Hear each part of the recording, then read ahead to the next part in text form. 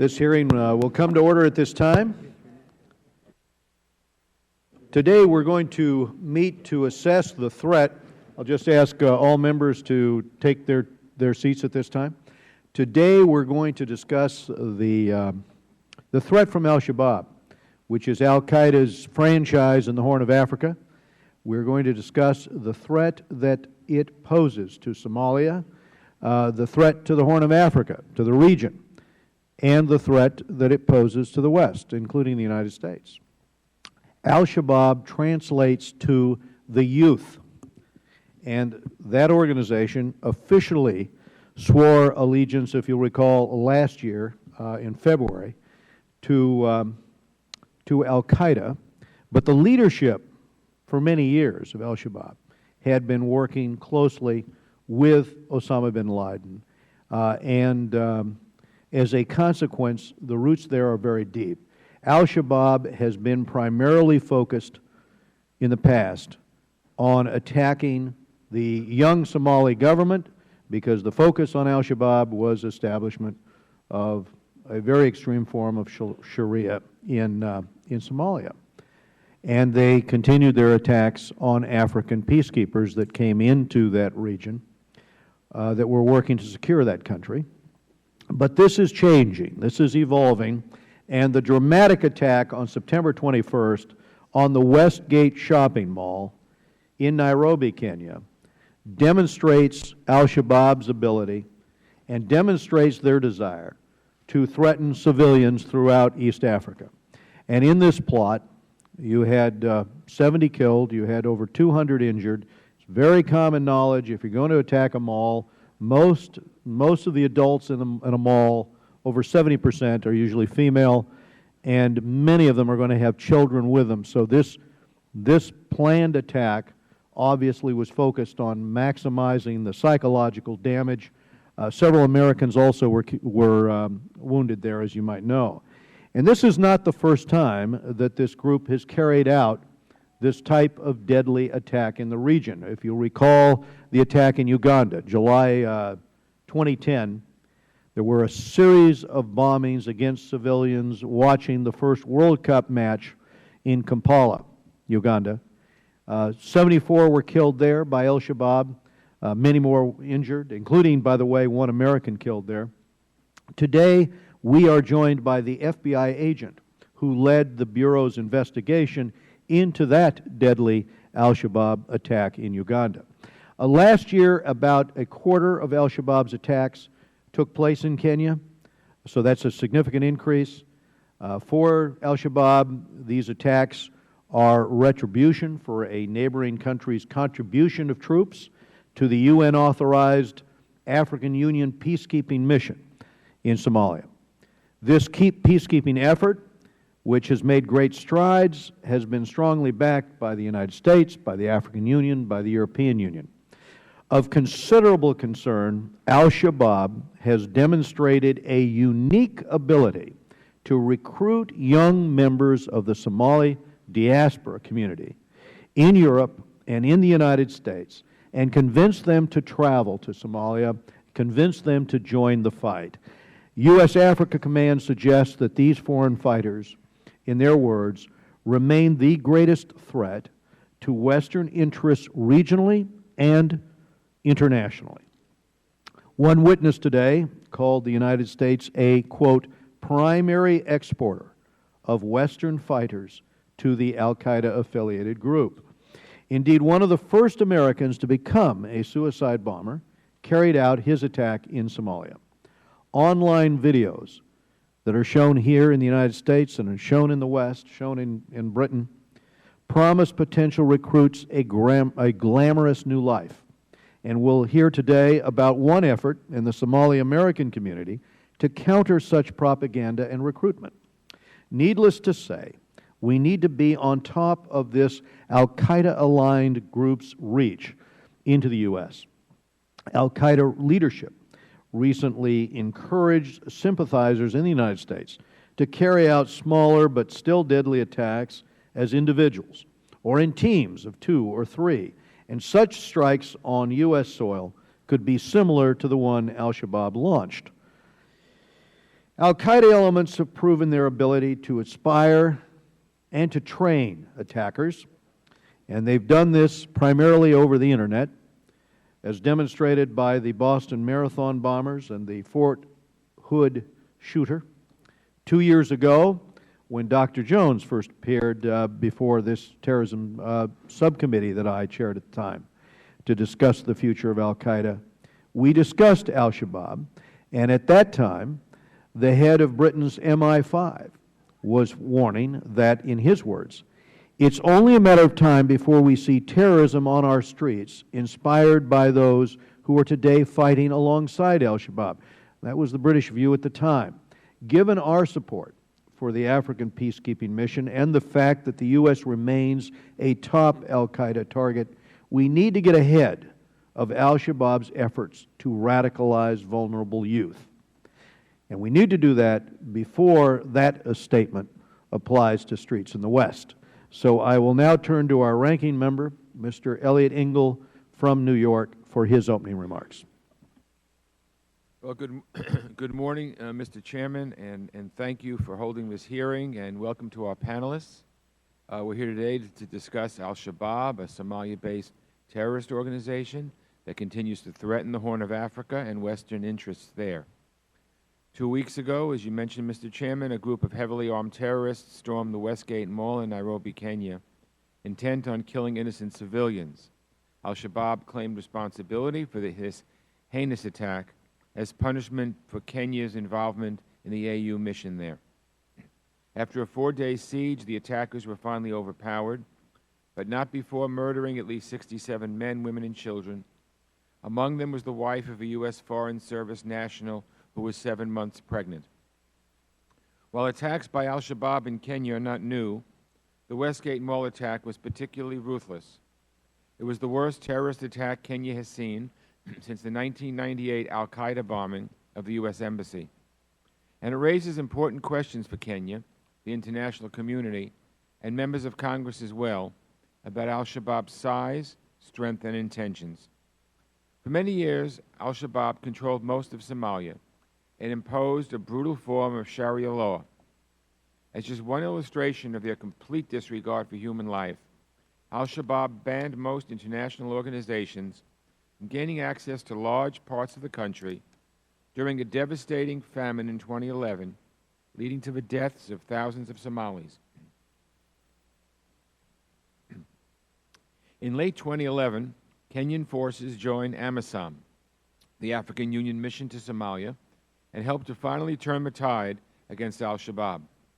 AMISOM has had a number of successes against Al-Shabaab, first by expelling the group from Mogadishu, and later from Kismayo, a port that had provided a significant source of revenue for the terrorist group. Despite these successes, it seems that AMISOM has reached its physical limit of expansion in Somalia. While Al-Shabaab has been deprived of valuable territory, it continues to cause military and civilian casualties inside Somalia with new guerrilla tactics.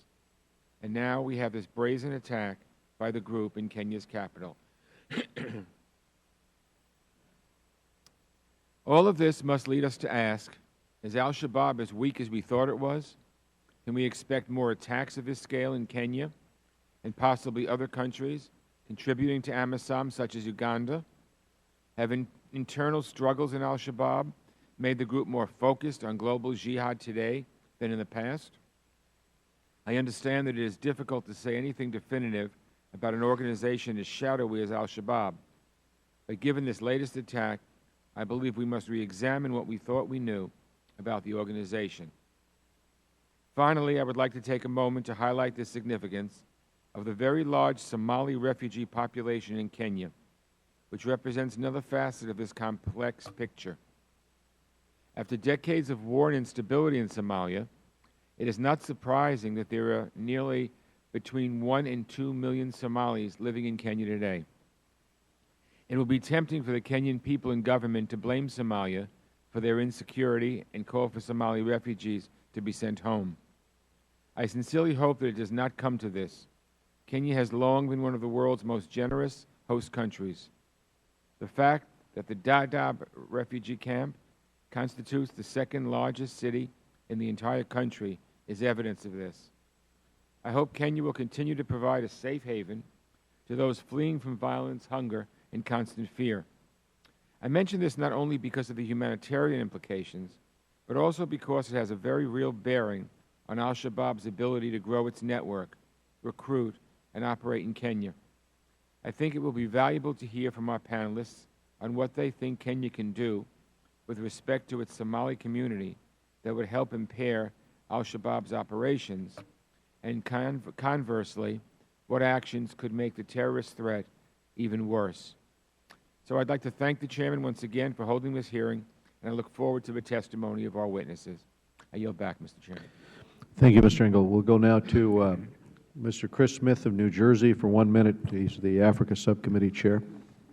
Thank you very much, Mr. Chairman. Mr. Chairman, last week, Staff Director Greg Simpkins and I were in Jos, Nigeria, and heard from Christians who were survivors of fire bombings and a murderous campaign by Boko Haram, a sister-type organization to Al-Shabaab. We need to recognize more fully, I believe, the threat posed by these cowards, these terrorists who are slaughtering people. And as we all know, the reason why the Kenyans were targeted is because they have deployed peacekeepers to try to bring some kind of peace and stability to Somalia, which has suffered for so long under the grip of Al-Shabaab. I would point out that there was a statement made by Al-Shabaab pointing out that they will intensify, we will strike Kenyans where it hurts, turn their cities into graveyards and rivers of blood, which they say will flow in Nairobi. To its credit, Kenya has not turned and ran strongly. The Kenyan's President, Uhuru Kenyatta, has said, we will not be intimidated, we will not be cowed. And he talked about keeping his peacekeepers on the ground to try to bring some semblance to that war-torn country. We need to stand in solidarity with the Kenyans, the Ugandans, who we all recall just a few years ago, while people were watching the World Cup, were slaughtered by Al-Shabaab because Uganda had deployed peacekeepers as well. So we need to do more to support this because this growing intolerance, this hatred is spreading throughout Africa. Boko Haram, Al-Shabaab, they've got to be defeated. We go now to Karen Bass of California, ranking member of the Africa Subcommittee. Thank you very much. I want to thank the Chair and the ranking member for holding this hearing today. The crisis at the Westgate Mall is deeply troubling and represents a serious security concern to East Africa, our partners, and by extension, our country. While Al-Shabaab has been significantly handicapped by counterterrorism activities carried out by the African Union mission in Somalia and with support from our military, the events of last month are a cold reminder that we can't lose focus in preventing and eliminating terrorist elements throughout the continent. I want to remind my colleagues that while we're here to address Al-Shabaab, there are similar concerns in West Africa that also requires our attention. These groups are destabilizing factors on a continent that is in fact becoming more stable, peaceful, and is increasingly a target for economic investment. I also want to mention that on the news this morning I saw that Al-Shabaab essentially has initiated another threat, saying that they intend to go back into Kenya. And I really hope that our witnesses have an opportunity to address this. Thank you. Thank you. We'll go now to Judge Ted Poe of Texas, Chairman of the Terrorism Subcommittee, for 1 minute.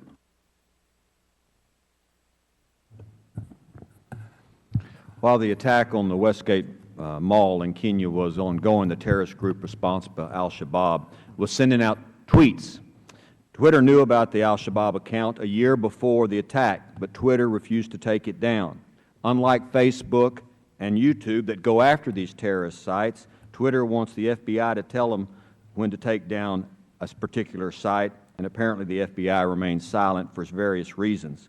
It's against U.S. law to support terrorists, and Twitter claims it doesn't allow terrorists to use the Twitter account.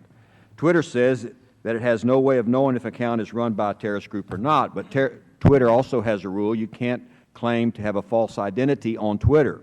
So either way, Twitter should be taking down terrorist accounts. Either the terrorist group really is operating the account or it's not, and somebody's misrepresenting him. It's time for Twitter to stop violating U.S. law and giving terrorists a free way to release their propaganda and hate to the world. I look for some answers today. Thank you, Mr. Chairman. Thank you, Mr. Poe. This morning, we're joined by a distinguished panel to address this issue. We have Dr. Seth Jones back, Associate Director at RAND Corporation's International Security and Defense Policy Center. Dr. Jones specializes in counterinsurgency and counterterrorism with a particular focus on Al-Qaeda. We also have Mr. Don Borelli, Chief Operating Officer of the SOFON Group, a 25-year veteran of the FBI, former special agent in charge of the Joint Terrorism Task Force in New York. Mr. Borelli's work at the FBI included investigations and research related to Al-Shabaab, including leading the investigation of Al-Shabaab's 2010 World Cup bombing. Mr. Mohammed Farah is the Executive Director of Kawjug, which means stay away, a Somali-American youth organization working to counter the negative influences of groups like Al-Shabaab in Somali communities in the United States. Mr. Farah has been on the front lines of his community's counter-radicalization efforts and was given the FBI Director's Community Leadership Award in 2012. Richard Downey is the Deputy Director of the Africa Program at the Center for Strategic and International Studies. Mr. Downey analyzes emerging political, economic, social, and security trends in Africa with a particular focus on sources of instability on the subcontinent. Without objection, the witnesses' full prepared statements will be made part of the record, and members may have 5 days to submit statements and questions and any extraneous material they want to put in for the record. And we'll ask all of our witnesses, of course, to summarize their testimony to 5 minutes, if you would. And Dr. Jones, we're going to begin with you. Thank you very much, Chairman Royce, Ranking Member Engel, and members of the committee. Thanks for inviting me and us in general to testify at this hearing. Al-Shabaab, how great a threat. As those of you who just spoke noted, the Al-Shabaab attack at Westgate Mall and its follow-up attacks, because it conducted attacks later in and around the Kenya-Somali border, are a stark reminder that this Somali-based group, an Al-Qaeda affiliate, remains lethal. Despite some losses, it's been pushed out of Mogadishu, the Somali capital, and Kismayu, a logistical hub for the group. The group does present, in my view, a significant terrorism threat in the region, including to United States embassies and citizens in East Africa, the Horn, and potentially in other areas. At the moment, it is my judgment that Al-Shabaab does not appear to be plotting attacks against the U.S. homeland, certainly not to the degree that an organization like Al-Qaeda in the Arabian Peninsula in Yemen. But there are several reasons, in my view, why America should be concerned about Al-Shabaab and recent developments. First, as we saw with the Westgate attack, Al-Shabaab does have a competent external operations capability. The Westgate Mall attack was well-planned, well-executed, involved impressive intelligence collection, surveillance, reconnaissance of the target. It had operatives prepared to ask a range of questions to individuals before killing them or letting them go inside the mall. These skills obviously could be used to attack the United States and its interests in that region. Second, Al-Shabaab officials have expressed an interest in targeting U.S. and other foreign targets in East Africa. They have also planned to kidnap Americans and other foreigners in the region. They've plotted attacks against malls, supermarkets, embassies. Obviously, the U.S. Embassy was struck in 1998 by Al-Qaeda in the same country. Third, and perhaps most concerning, Americans from cities like Phoenix and Minneapolis over the past several years have traveled to Somalia to fight with Al-Shabaab. We've had a number of suicide bombers, other American cities, Boston, Seattle, Washington, San Diego, Columbus, Lewiston, Maine. have seen individuals either recruited or left for Somalia. Now, the FBI and law enforcement in a range of these cities have done an effective job over the past several years of wrapping up a number of these individuals. But the ability of the group to recruit in these areas, in particular to reach out to individuals through social media, does pose a concern. Based on an examination of counterterrorism efforts against al-Qaeda more broadly since its establishment in 1988, I would suggest the U.S. Consider several steps to help weaken al-Shabaab in this region, including more broadly in the United States. But in the region, the first is implementing what I would call a light footprint strategy that focuses on covert intelligence, law enforcement, clandestine special operations forces. I covered Al-Shabaab somewhat when I was in U.S. Special Operations.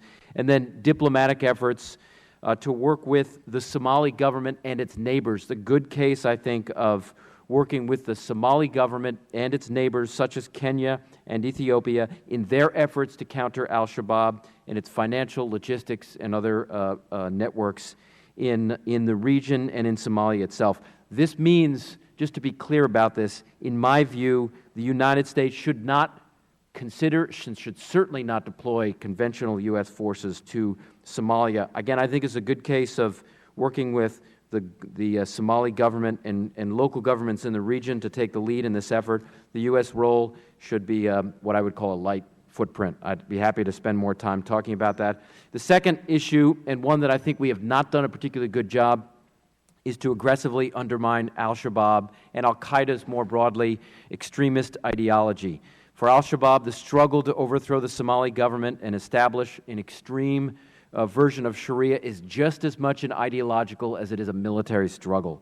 The U.S. over the past 2 decades has done things like disbanded the U.S. Information Agency. In my view, we have a very disjointed information campaign among multiple agencies. I think when we saw really one of the most effective efforts against the Soviet Union in the Cold War, done among others by Ronald Reagan, it was a substantially increased overt and covert effort to combat the Soviet Union's ideology. Again, I think we're weak here. Let me just close briefly with a statement from al-Qaeda leader Ayman al-Zawahiri back in 2005. Quote, "I say to you that we are in a battle, and more than half of this battle is in the battle of the media, and that we are in a media battle in a race for the hearts and minds of our ummah." In conclusion, members of the committee, I would just like to highlight that al-Qaeda realizes this is an ideological battle. Thank you. Thank you. Let's go now to Mr. Borelli. Mr. Chairman, distinguished members of this committee, thank you for the opportunity to speak before you today on such an important topic. As mentioned, I'm a 25-year veteran of the FBI. My last position was Assistant Special Agent in charge of the Joint Terrorism Task Force in New York. In that position, I was responsible for FBI international terrorism matters, including those involving Africa, and I led the team of more than 60 FBI agents to Kampala, Uganda in July 2010 to investigate the simultaneous suicide bombing attacks during the World Cup soccer game, which was conducted by Al-Shabaab. So I have firsthand experience in dealing with the atrocities committed by this terrorist group. Since leaving the FBI as COO of the Sufan Group, I've helped oversee our Countering Violent Extremism, or CVE, research, including our recent study into countering the narratives of violent extremism. And I led our team to Minnesota, Kenya, and Uganda, focusing our research on Al-Shabaab. I personally interviewed policymakers, community leaders, security officials, and young people in the crosshairs of Al-Shabaab recruiters. And that is what I would like to focus on today, is Al-Shabaab's recruitment efforts, particularly those involving Western youth. It's important to note that Al-Shabaab, their political agenda, is divided into different factions. The nationalist agenda, which aims to fight against foreign troops in Somalia and to install a Sharia-based government in Somalia, and the global jihad agenda, aligned with al-Qaeda and focusing its efforts against the West and its allies. This division of ideals within al-Shabaab is also reflected in al-Shabaab's recruiting efforts. The narrative of the nationalist agenda uses reports of violence in Somalia, along with compelling combination of propaganda that appeal to a sense of obligation to defend Somalia from foreign invaders. The global agenda is in line with the broader al-Qaeda message, claiming that the West is at war with Islam. After speaking with many members of the Somali American community in Minnesota, we found that the narrative that resonates loudest with Somali youth is overwhelmingly political as opposed to religious. It focuses on the nationalist agenda and is driven by a deep nationalist concern for the future of Somalia. However, just because a young person might be enticed to join Al-Shabaab to defend his Somali homeland doesn't mean that he isn't a threat to the U.S.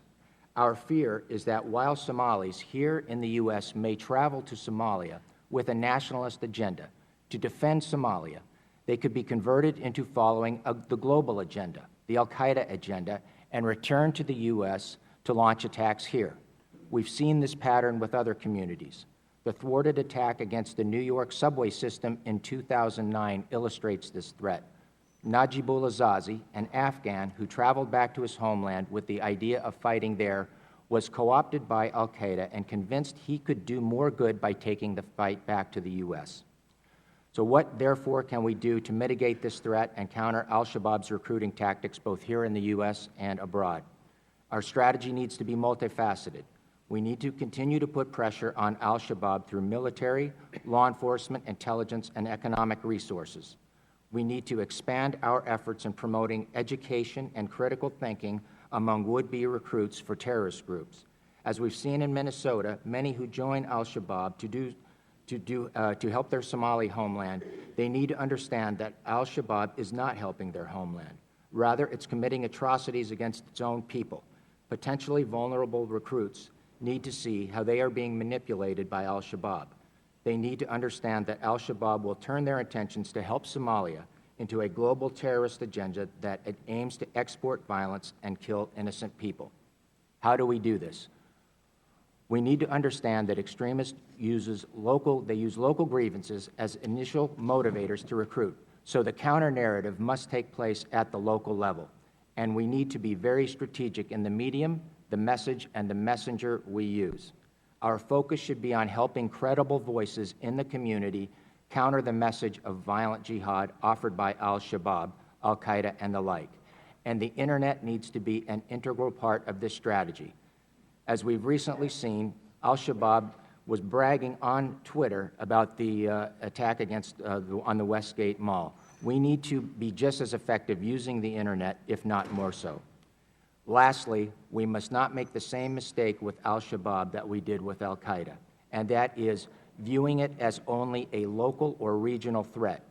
In the early 1990s, many smart people ignored al-Qaeda because it was seen as a group only focused on the Middle East and Central Asia. We have seen how a terrorist organization gone unchecked can morph into a global threat. We must not let that happen with al-Shabaab. I look forward to expanding on these points and others during the question and answer period. Thank you, Mr. Borelli. Mr. Farah.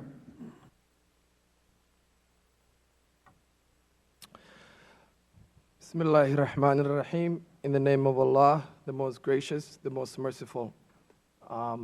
Mr. Chairman, members of the committee, I would like to thank you for the invitation to talk about this important matter. Our community stands in solidarity with the people of Kenya and the folks that lost their loved ones in the recent attacks a week ago. My name is Mohammed Farah. I'm the Executive Director of Kajog. I'm here today as a concerned citizen of this great nation and on behalf of the largest Somali American youth organization in the United States.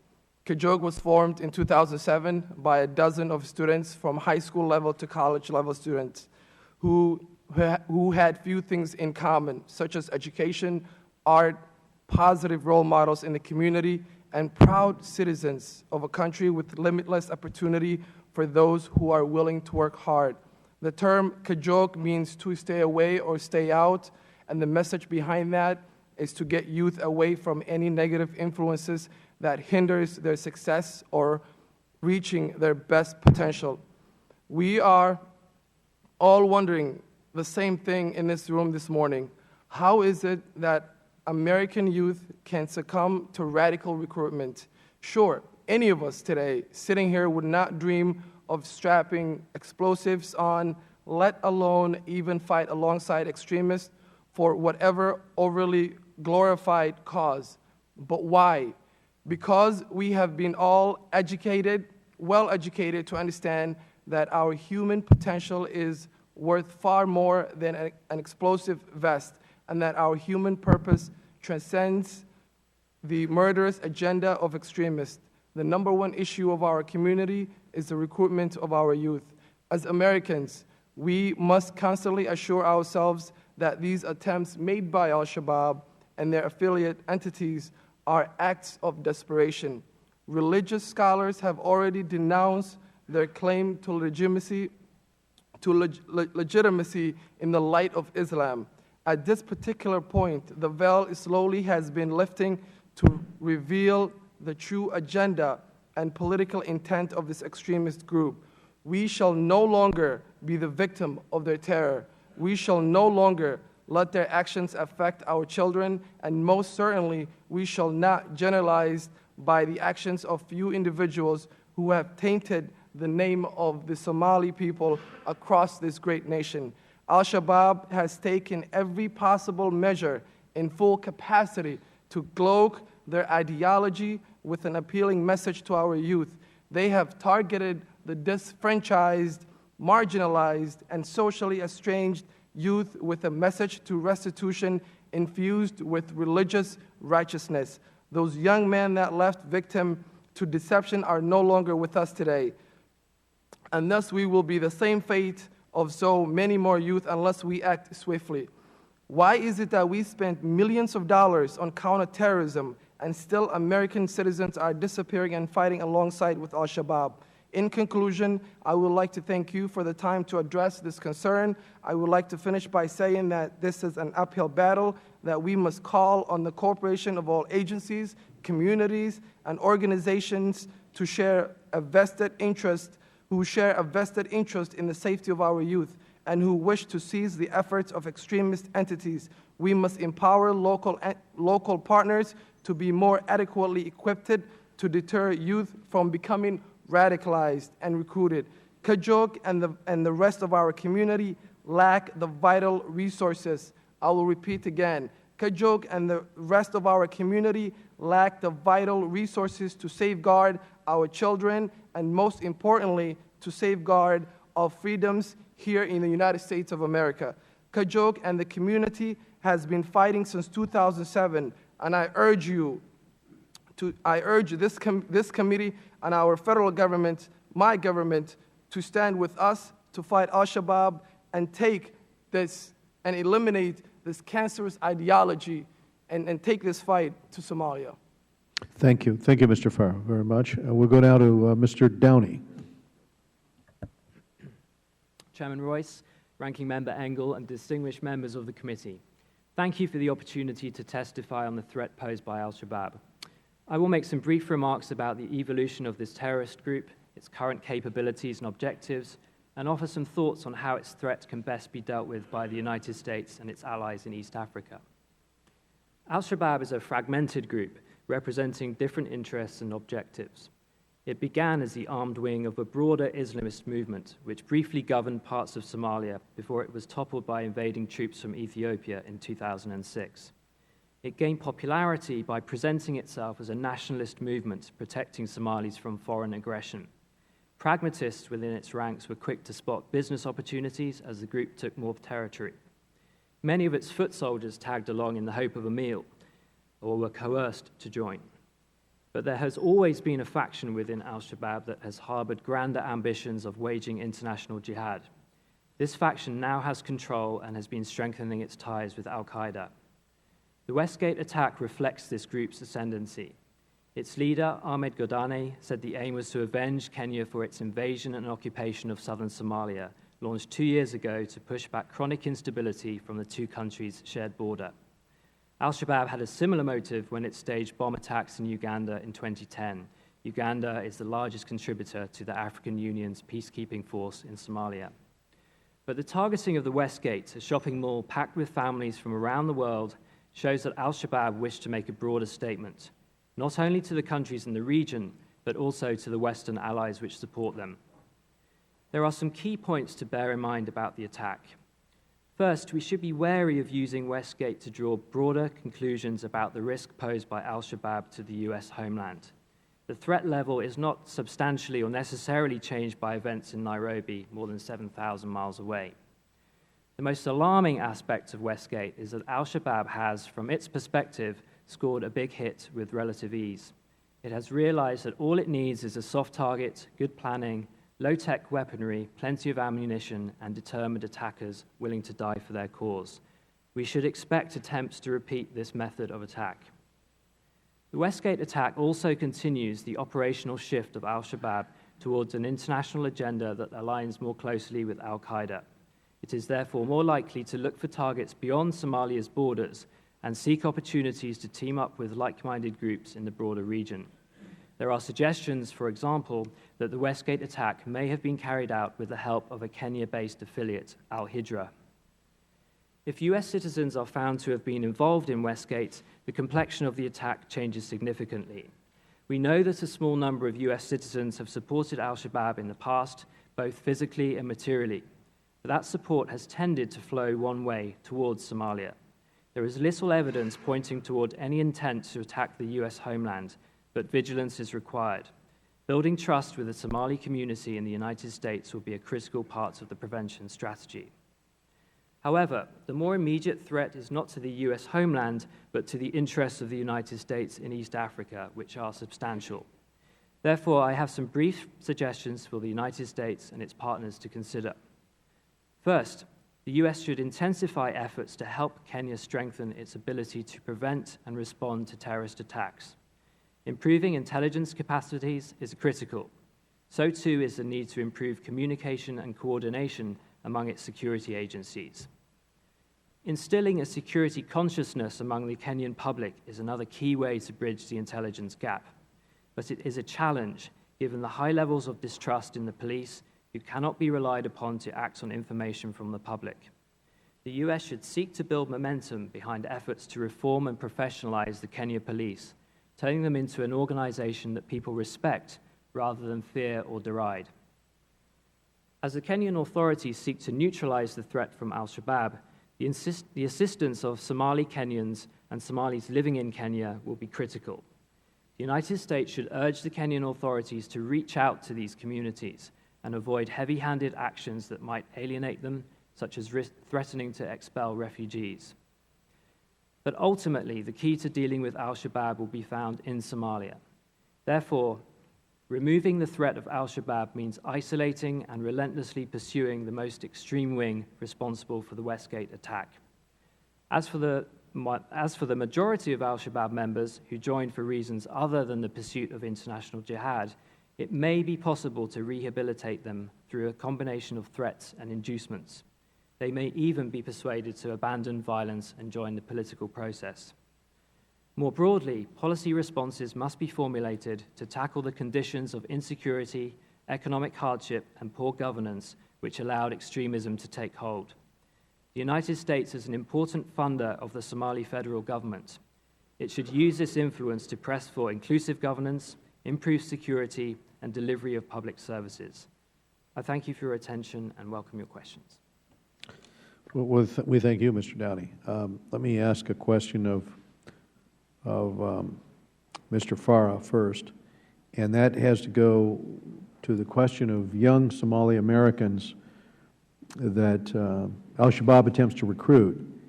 Are there particular types of young men that, for which they have a greater instance of success when they're trying to recruit? What's the target? Al-Shabaab is targeting the disenfranchised youth. That's their tactics, and that's the game that we need that we're playing here. We need to be able, the youth in the community.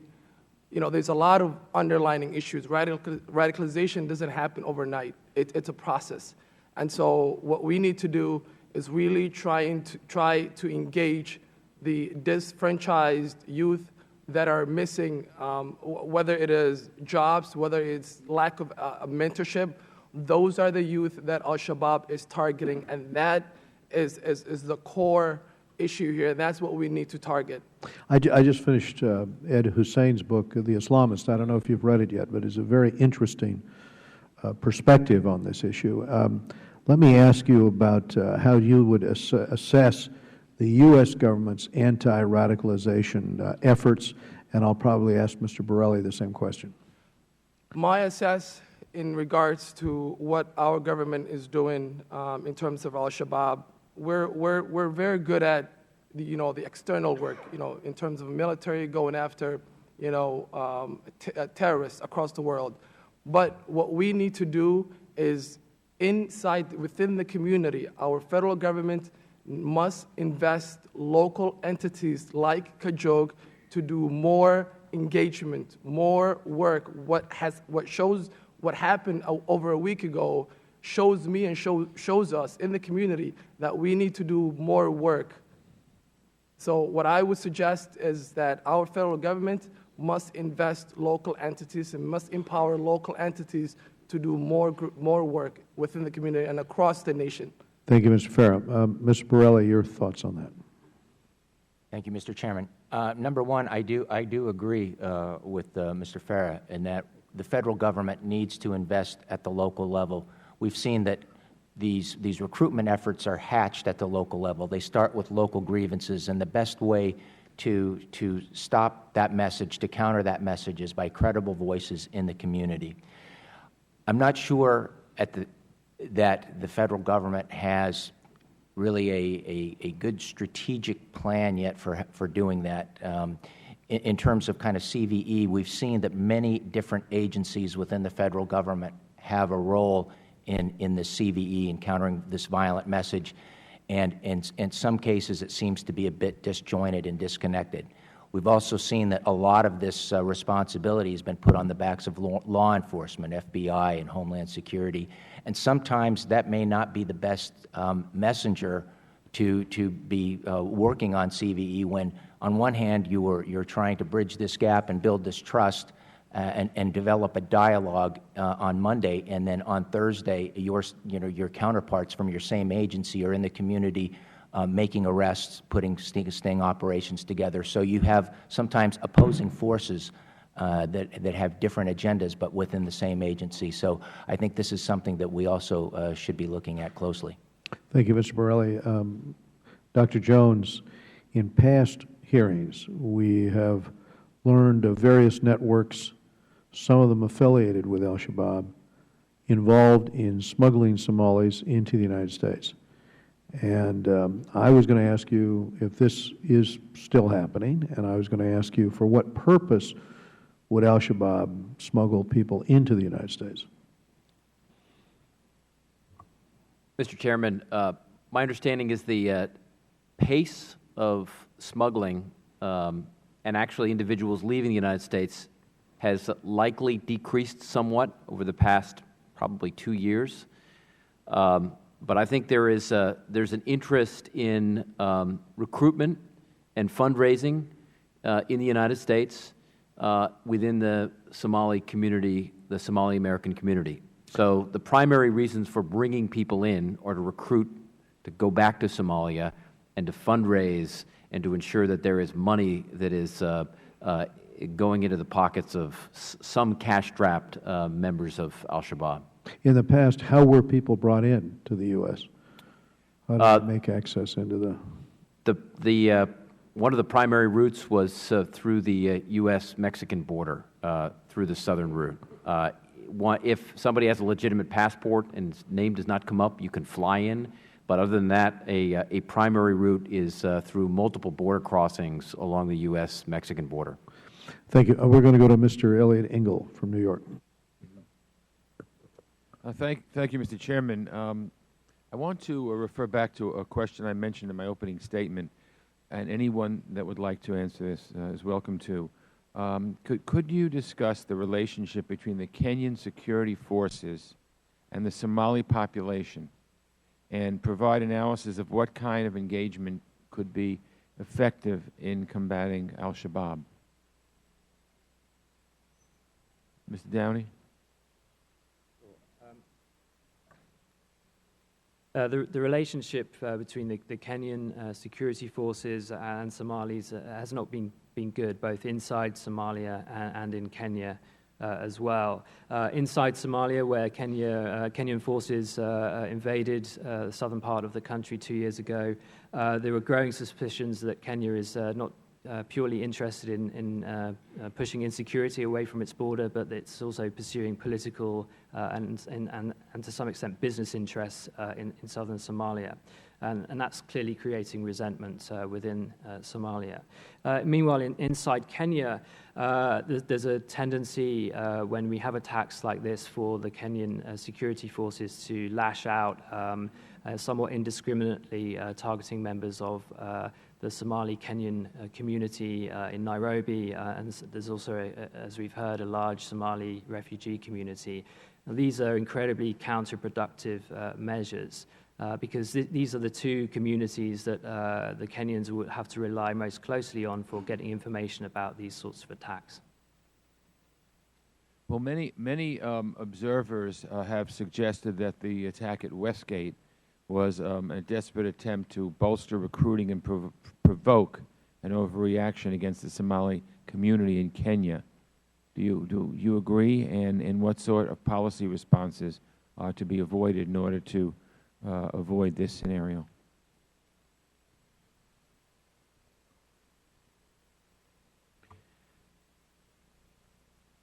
Ranking Member Engel, I think there are probably multiple motivations for conducting the attack.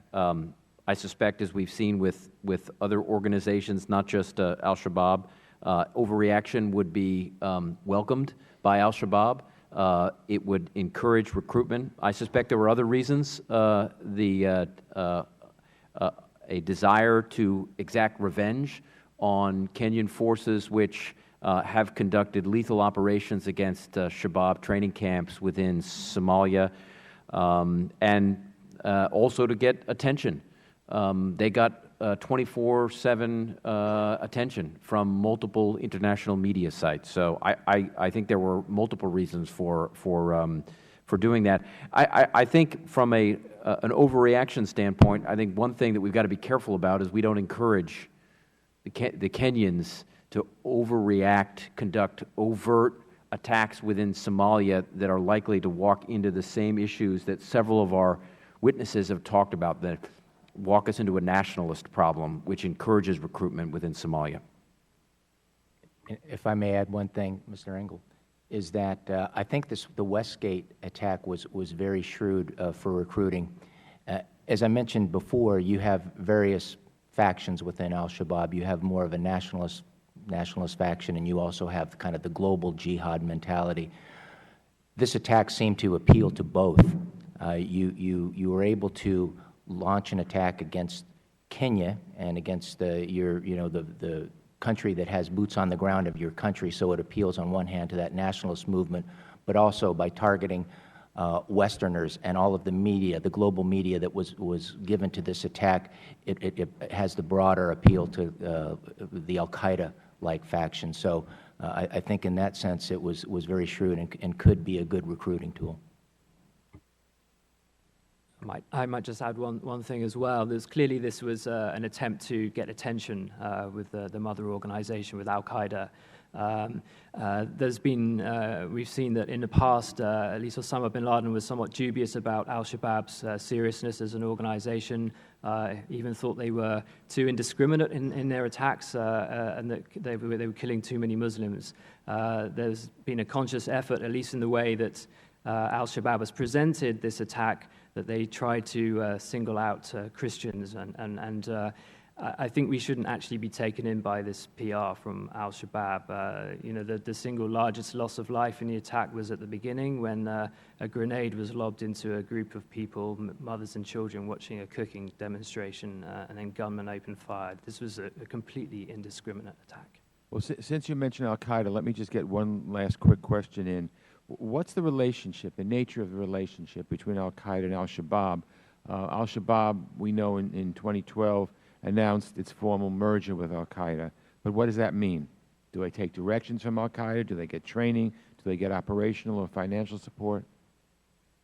Frankly, it's hard to know. Certainly, the two groups have been moving closer together, particularly since Ahmed Godane became the emir, the leader of Al-Shabaab. He's been trying consciously to reach out and appeal to Al-Qaeda. Whether this attack involves substantial support, coordination with Al-Qaeda, funding, or even received the blessing from Al-Qaeda, I certainly am not aware of that. Thank you. Thank you, Mr. Chairman.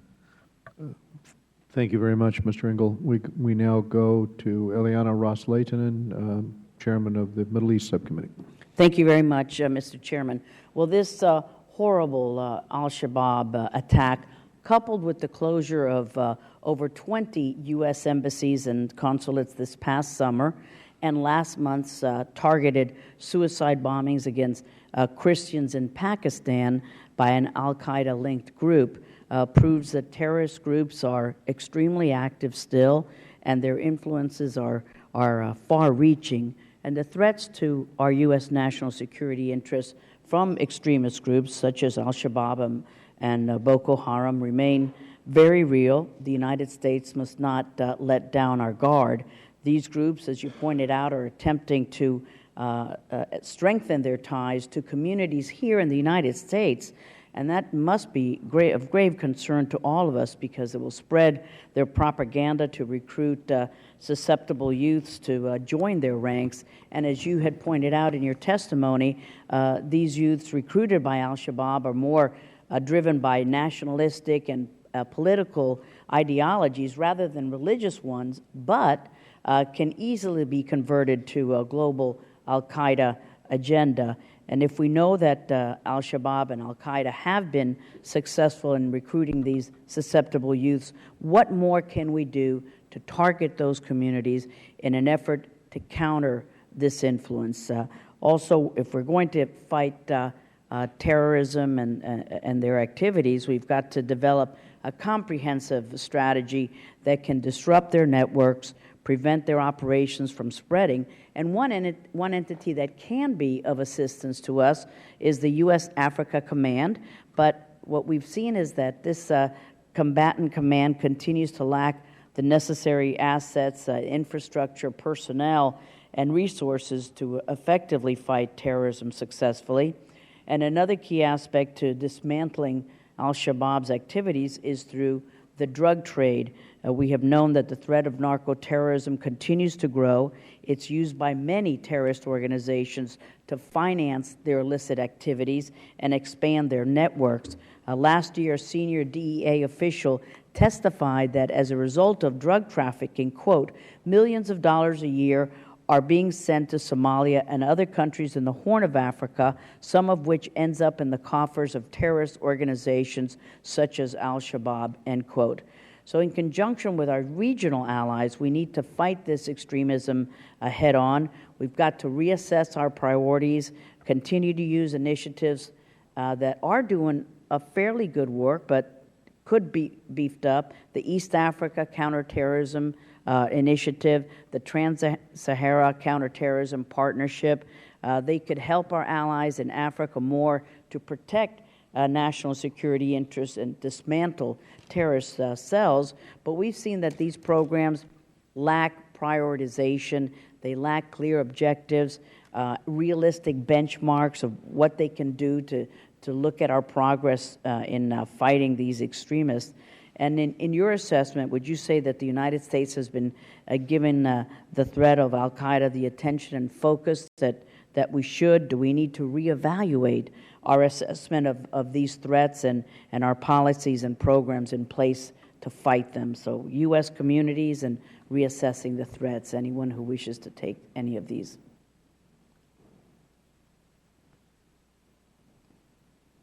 Thank you, sir. Thank you, Congressman. I think to your point about stopping the threat and trying to target the threat against these young people in the communities, I think we do need to continue to evaluate our programs both locally and federally. And as Mr. Farah pointed out, some very good work is being done inside the community, and we need to continue to support that.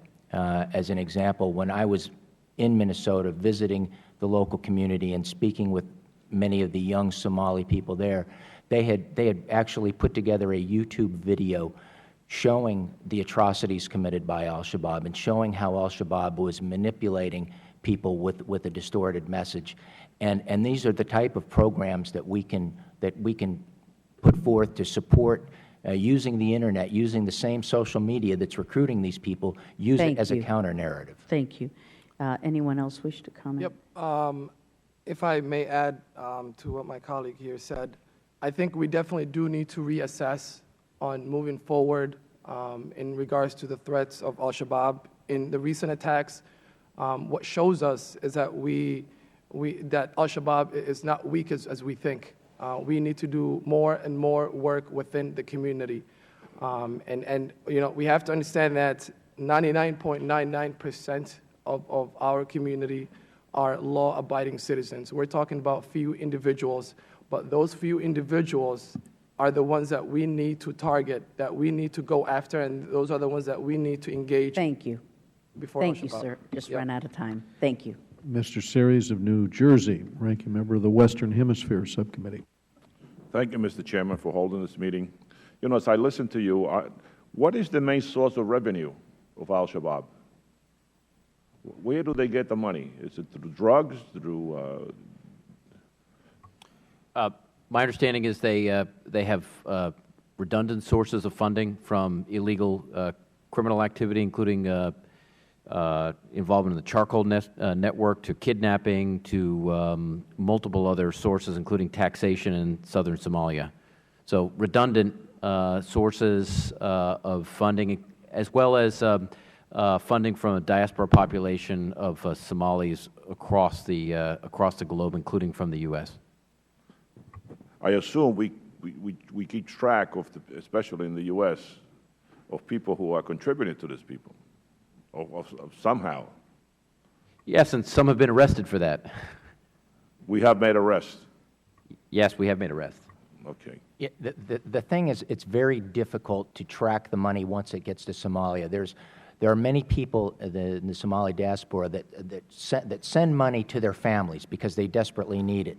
The problem is that once the money gets there, it's hard to track if it's actually going to feed their relatives or if it's being diverted to go to Al-Shabaab. And this is the challenge for law enforcement because, quite frankly, it's just, you know, some of those people need the money and it's sent there with good intent, but it's diverted.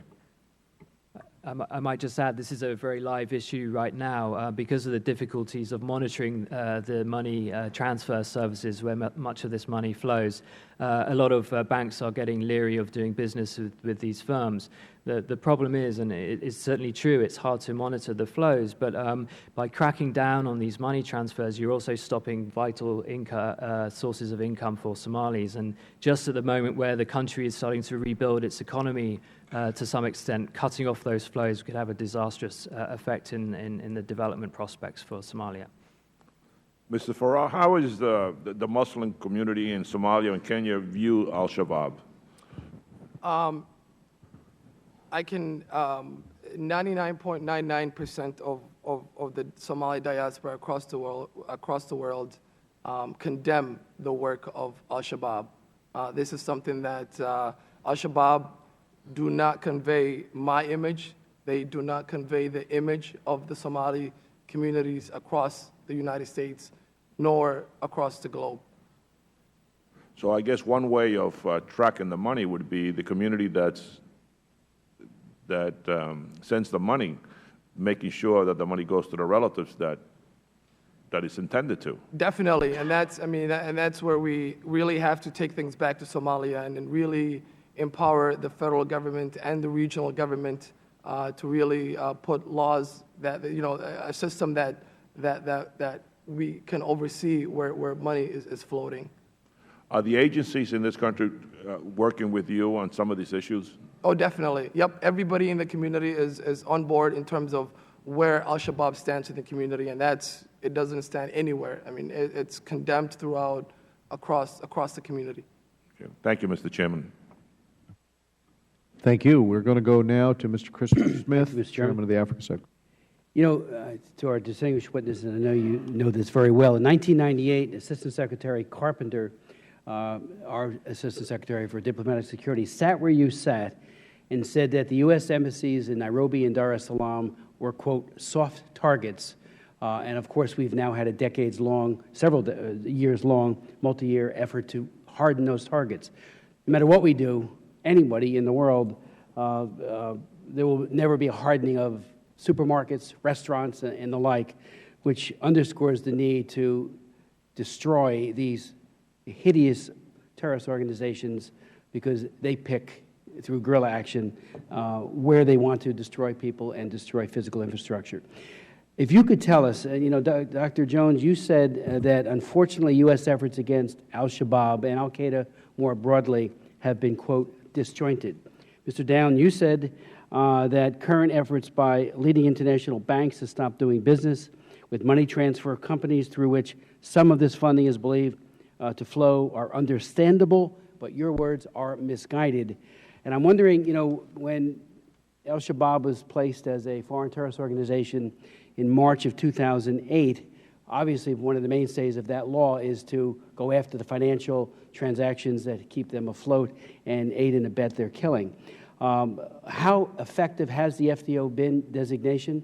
How would you assess the weaknesses and strengths of the U.S. response, if you can go into some further elaboration? And while you're answering, Mr. Downey, you mentioned that Ahmed Godane is now in control of the movement and he's in ascendancy. If you could elaborate on what that portends in terms of further internationalizing the efforts.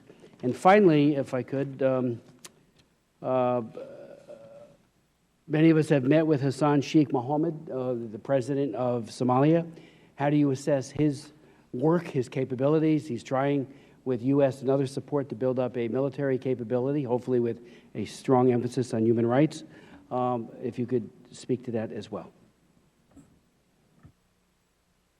Thank you. I'll just tackle the last couple of questions there. The importance of Gadane's emergence as a leader. I think it is significant. He is, you know, on the very, very end of the scale in terms of extremism.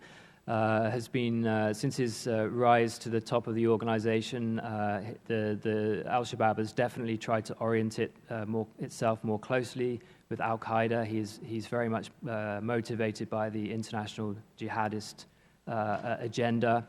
And he's been utterly ruthless within Al-Shabaab as well. This is a very fragmented organization. And just in the last few months, he seems to have, through assassinations and other disappearances of potential rivals, some of who disagreed with his methods, has consolidated his power and sort of strengthened those ties with Al-Qaeda. So that has significance in terms of the group's choice of targets and willingness to look at targets outside of Somalia. In terms of the new president of Somalia, President Mohammed, has been in office for a year now. Given the challenges that Somalia faces, more than 20 years without a functioning government, he's doing okay. His modest progress. In his favor, he's a serious person. He is not tainted by the politics of the past. He's come from outside of politics. He's trying his best. He has a technocratic government around him, but the challenges are immense, and one of them is the one you highlighted, and that's security. So efforts to strengthen the security services of Somalia are required. Working? Is the U.S. government doing all that it can do? I think one of the weak spots is the one you highlighted, is the financing piece, but there are no very easy solutions to that. By clamping down on the remittances, as I say, you're holding back the economic progress in Somalia as well. So it's somewhat of a blunt tool. Okay. Dr. Jones. Yeah, I was just going to say more broadly on the FTO designation. When I look around the globe, look, there are some al-Qaeda affiliates like Jabhat al-Nusra in Syria which have clearly strengthened. Their control of territory has grown. Shabaab's has decreased. So I think the efforts that the U.S. and some of the neighbors and the Somali government have done to Al-Shabaab have decreased its control of territory and put it on the run. It's not dead, and I think the lesson that we've learned over the past couple of weeks is if we take our foot off the gas a little bit, this group does have the capability to strike. So we hope we come back to the ideological issue here, because I would say that's the biggest weakness we have right now in the FTO designation is they're still recruiting. Thank you. We'll go now to Mr. Falioma Vega of American Samoa. Thank you, Mr. Chairman. I am curious and wanted to ask Mr. Farah, how come 88,000 Somalian Americans live in Minnesota? I was under the impression that Somalia is a very warm country. Do you have snow in Somalia as well? I'm curious. Not that I'm aware of. I don't think there's snow in Somalia. However, there's a lot of reasons why Somalis moved to Minnesota, and same reason that I did. Really, Minnesota is very good to when it comes to raising a family. The economy is much better compared to other states, and really in the Somali community, it's all by everything goes by referrals. And so, if a family calls another family and they say, "Hey, Minnesota is where you need to be," that's where the bus is going. That's where they'll be moving, and so that's where a lot of that's why you're seeing a large concentration of the Somalis living in Minnesota. I'm also aware of the fact that I think quite a sizable number of people the Hmong people from Vietnam Definitely. also live in Minnesota, and I was just curious. Maybe Mr. Borelli could help me. Is there any particular reason? Economics? Is it job? It seems that Minnesota is giving our country a good example for immigrants to come to, because they seem to be offering a lot better programs than other states. Is that the reason why so many of our Somalian Americans live in Minnesota, Mr. Borelli? Based on my discussions with people in that community, that is in fact the case. It's very easy for people from other countries to go. They can get some programs that help them get on their feet, get established, and then it just becomes a very hospitable place for people from other countries to make it in the United States. There's wanted just to get your response. When we had the Oklahoma City bombing, there was an immediate profiling by federal agencies as well as state enforcement officers in Oklahoma. Anybody with an Arabic surname was questioned, because the presumption being, and this is the stereotyping, the profiling, and to say that this terrorist act must have been done by a Muslim terrorist. Well, it turned out to be an American. And I'm just curious with Dr. Jones and Mr. Borelli, have there been any incidents, Mr. Farah, that our Somalian American community have been profiled since this incident took place in Nairobi, where serious questions have arisen about the loyalty of our Somalian American community in event of this terrorist act that took place in Nairobi? Dr. Jones? I'm not aware of any, but I don't live in Minneapolis, so I would defer. I'd defer to my colleagues. Thanks for the question. Since the incident happened in Kenya, there's been a lot of media throughout the community really scrutinizing the image of the Somalis. And really, again, what we need to reiterate, again, over and over, is that the majority of the community are law-abiding citizens. We're talking about few individuals, and those few individuals do not convey the message or the image of the Somalis.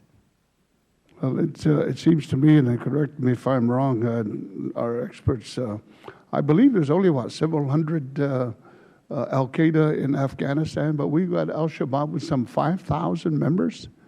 Am I correct in what the information that was given? There's about 5,000 members that make up the Al-Shabaab organization. Dr. Jones? That number sounds a little high now for full-time members, but I think you are correct to point out that the numbers of Al-Shabaab are larger than the numbers of Al-Qaeda in Afghanistan. Mr. Borelli? I believe Dr. Jones is right, and if I could kind of make a point on your other statement, I think we've learned lessons over the course of the years in law enforcement that don't jump to conclusions too quickly. We need to not look at the person's last name or where they're from. We need to look at their actions and keep a very open mind, because recruitment and radicalism and the opportunity to join a terrorist group and commit acts of violence transcends a person's place of birth or their religion. I appreciate that. Thank you, Mr. Chairman. Thank you, Mr. Falama-Vega. Mr. Rohrabacher of California is recognized. Thank you very much. Just to note, Mr. Falama-Vega, I did extensive investigations on the Oklahoma City bombing, and I still believe that there was a Muslim connection to that, and it's all the way from Terry Nichols being down in Sabu City at the same time that Ramzi Youssef was, just a few weeks before the Oklahoma City bombing, would indicate that, but that's never been proven.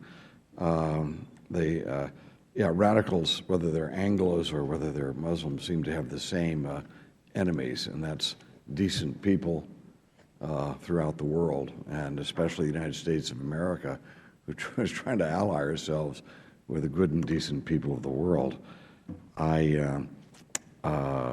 Let me just note that we're talking about thousands of people in a terrorist organization, thousands of people. This is not an operation that can be financed through contributions from individuals who sympathize. That's the cost of a, let me say, what is the cost of a bullet in Somalia?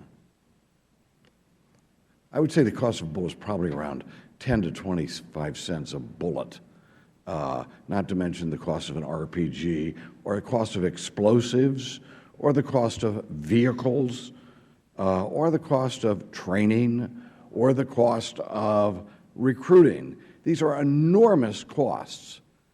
These are things that cannot be done by, and one of the problems we have here, Madam Chairman, in the United States is our law enforcement is trying to find out somebody who's donated $100, some cab driver somewhere, to this terrorist network somewhere in the world. No, we need to get down to the nitty-gritty and find out who's providing the hundreds of millions of dollars to the terrorist operations throughout the world, and who is spending the money to recruit these young people. Who is providing that money? And for some reason, I just have an inkling that they are people in the Middle East who make a lot of money from oil. I don't know what countries they are, but I just have that inkling. And I would suggest that we could be able to prove that if we wanted to. But we have been keeping that information from the United States as to who's pumping in millions, tens of millions of dollars into these terrorist operations. Now, am I off base when I think that? Mr. Jones, gentlemen? Well, look, I think there's a lot of gray in how much and from where Al-Shabaab gets all of its funding, but I would say it does get large amounts of funding from other locations in addition to the Middle East. Kidnapping actually can be quite profitable, as can illegal trafficking in a range of goods, including the charcoal smuggling, which in some cases is in the hundreds of thousands, and when you add it to kidnapping, in the millions of dollars. So, right. So they have to put it in a bank, right? I mean, someone has to have those resources that you're talking about into a central location and then distributed. So there's banks involved in this in some way. Is that correct? That is likely. Again, I am not a Treasury expert, so would defer to those who have followed the banking more than I have. Okay. Well, all I can suggest here, Madam Chairman, and what I'm suggesting today is we have been law enforcement, and I like Mr. Borelli's talking about how we have to get down to some of the actual psychological and combat the recruitment of people in these communities.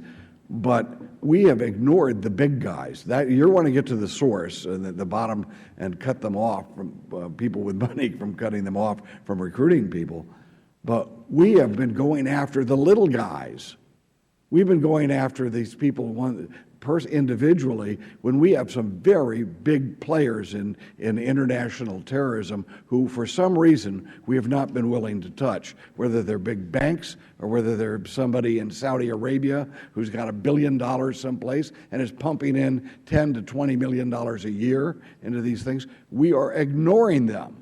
And I would hope that our government, after this horrible massacre in Kenya, decides to focus on some of the big guys who are really financing all of this mayhem around the world. Thank you very much, Madam Chairman. I would be happy to yield.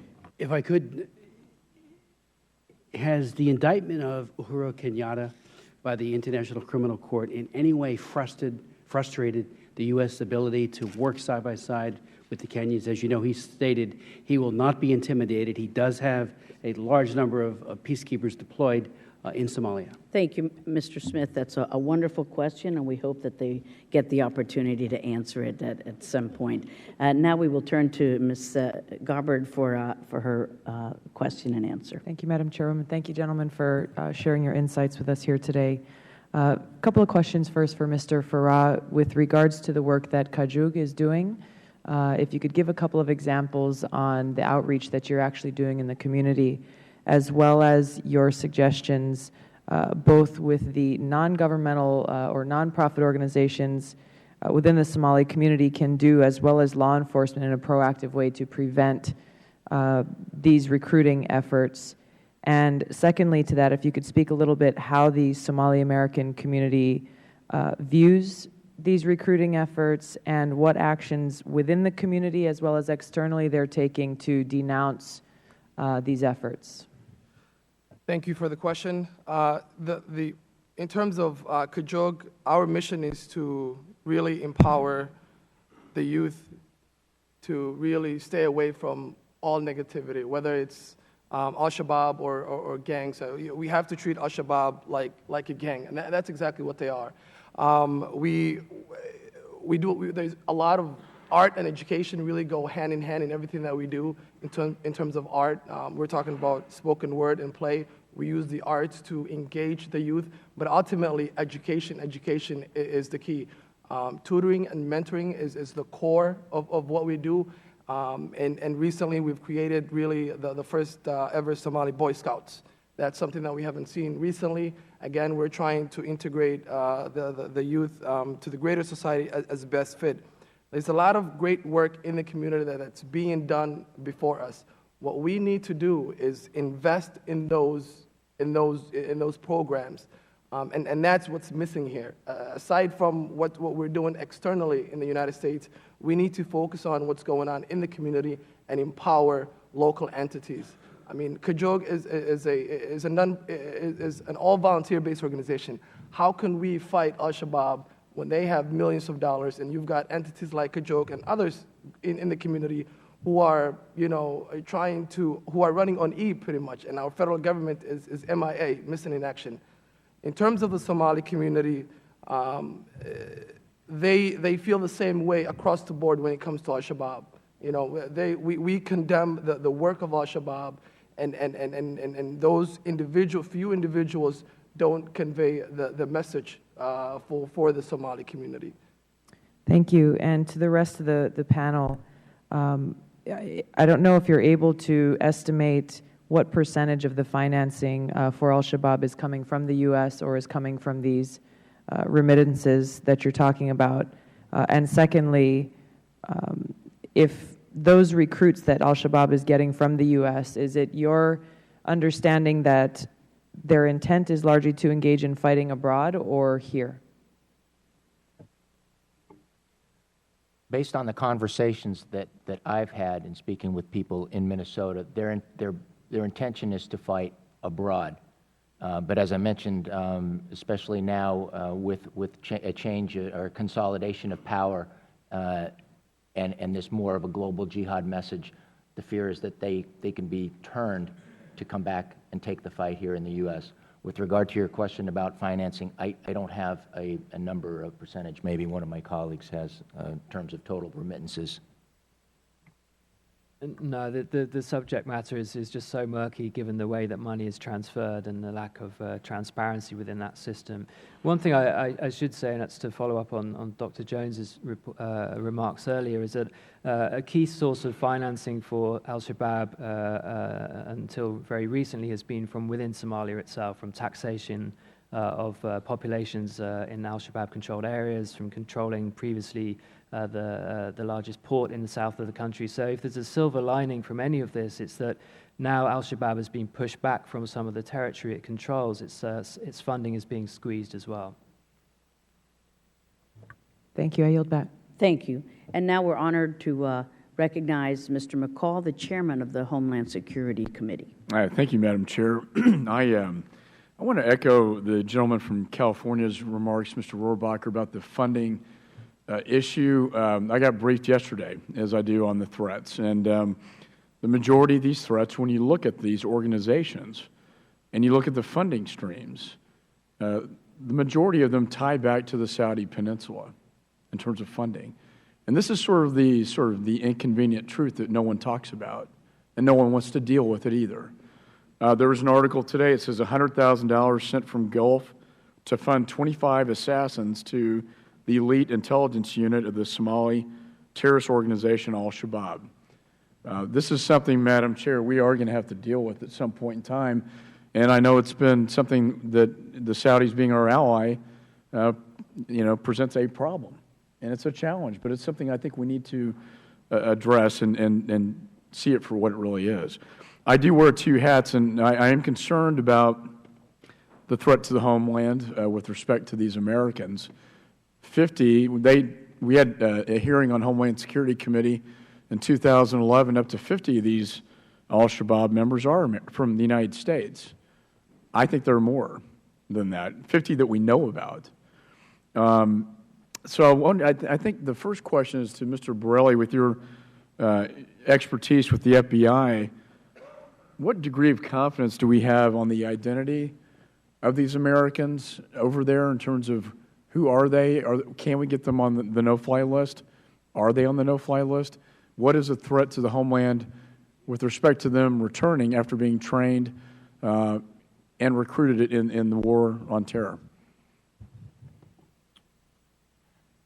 I think with regard to your first question, in terms of being able to positively identify these individuals, get them on the proper watch list and so forth, a lot of progress has been made. I've been outside of the FBI for 3 years now, so I can't speak to what's happened in that gap from when I retired till today. But I think when I did leave the FBI, we had a fairly high degree of confidence. Nothing is 100%. Again, this is where we need to engage the community to help us, help the FBI identify these people, to know when they leave the community, when they go off the grid, and confirm the fact that they have joined the ranks of Al-Shabaab. Secondly, I would say, to your other point, the risk to the homeland, I would say, is definitely there. I don't know if it's higher today than it was a month ago, but again, my fear is the Najibullah Zazi type of situation where somebody leaves with the intent to fight abroad and they're co-opted to take the fight back home. And certainly these individuals, if they've been off the grid for a while, if they have a blue passport, they can get back into society, reintegrate, and then we have a very serious problem that can go undetected. And to that point, within Al-Shabaab, we know there's a rift between the American from Alabama, Mr. Hamami, and Godani, who is the current leader. And the rift, as I understand it, is between whether they want to focus their interests regionally or whether they want to expand that, as you talked about, external operations beyond the region to Western targets and possibly the United States. Mr. Hamami was assassinated by Godani and his disciples a week before this shopping mall attack. The other thing that worries me about the shopping mall is it's a symbol of Western. It's sort of a Western target. So you put all that together, and that's very confusing and disturbing as well. And Dr. Jones, what do you make of this rift within Al-Shabaab and the assassination of Hamami? And were these Americans that under Hamami's control in any way responsible and complicit with this attack on a Western symbol of the Westgate shopping mall? I can't speak to the degree of involvement by Americans. I mean, my understanding is that it's still being looked at by our own agencies to some degree. But what I would say is, A, I would strongly support your point of notable rifts within the organization. B, there has been encouragement, apparently, from Ayman al-Zawahiri to conduct attacks outside of just Somalia. And 3, I would also note that what the U.S. does can influence it. Not just Zazi, but Faiz al-Shahzad in 2010 was involved in an SUV attempted attack in Times Square. That organization, the Pakistan Taliban, was assessed earlier that year by U.S. intelligence communities not to be a threat to the homeland. We assassinated, the year before, the head of that organization with a drone strike. If we were to take those kinds of action in Somalia, my guess is they'd be right back after us. So our actions also can impact where this goes forward. I see my time has expired. Thank you very much. Thank you, Mr. Chairman. Mr. Vargas of California is recognized. Madam Chairman, thank you very much for the opportunity. I do want to focus us a little bit on the United States. Obviously, I read here on page 4 that Al-Shabaab has demonstrated a remarkable ability to recruit Somali Americans since at least 2007. The epicenter of this effort has been Minnesota, where there is a large Somali American population. I represent the area of San Diego, and we also have a fairly large Somali population. There was during the ethnic cleansing in Kosovo, my wife and I decided we wanted to adopt a Muslim family that went through the horrors of that ethnic cleansing, so we did. And they lived with us for 2 years. And during those 2 years, I got to meet many in the Somali community who had also been airlifted to California. Now, I have not heard of any recruitment in San Diego for Al-Shabaab or any other terrorist organization. Could you comment on that? I would say the fear is that the Internet does not know the boundaries between San Diego and Minnesota, and we've seen that Al-Shabaab is really very effective in using the Internet. Many of these young people get that message from the Internet. So while there may not be boots on the ground and that type of recruiting, I think the fear is that you absolutely have recruiting in San Diego via the Internet.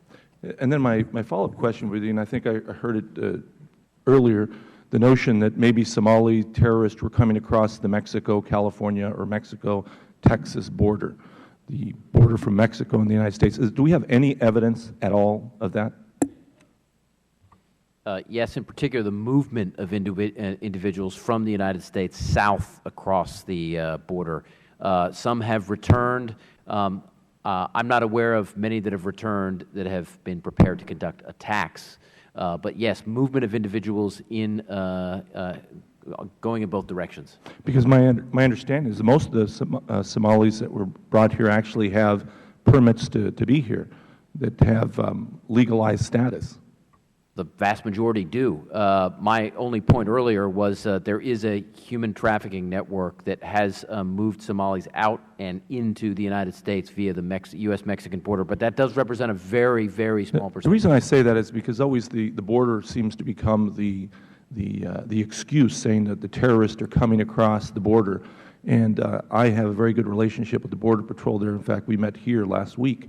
And they have not apprehended many terrorists coming across the San Diego-Tijuana border. Seems that most of the terrorists, and I do agree that there are a number of them obviously here, we've caught people, we've fined people, seem to have come here legally, either in an airlift, some humanitarian effort on the part of the United States. They have permits to be here. Is that correct?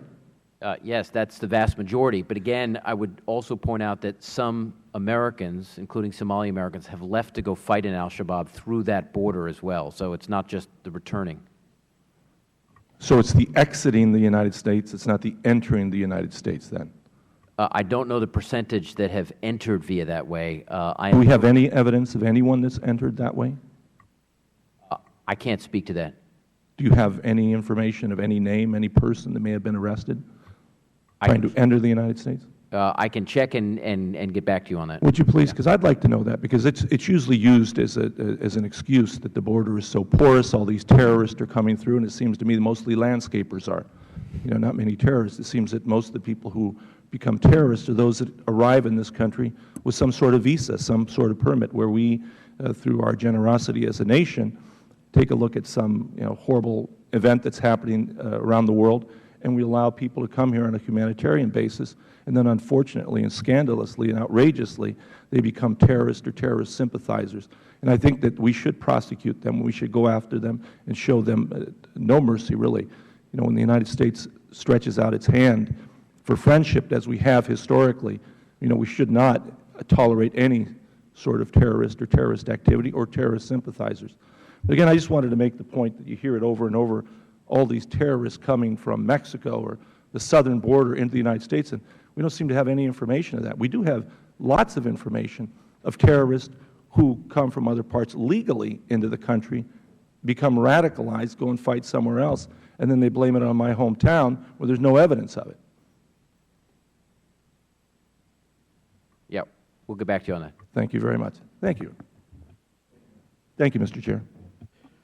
Thank you. We go now to Mr. Ted Poe of Texas. Thank you, Mr. Chairman. I have 3 questions, gentlemen.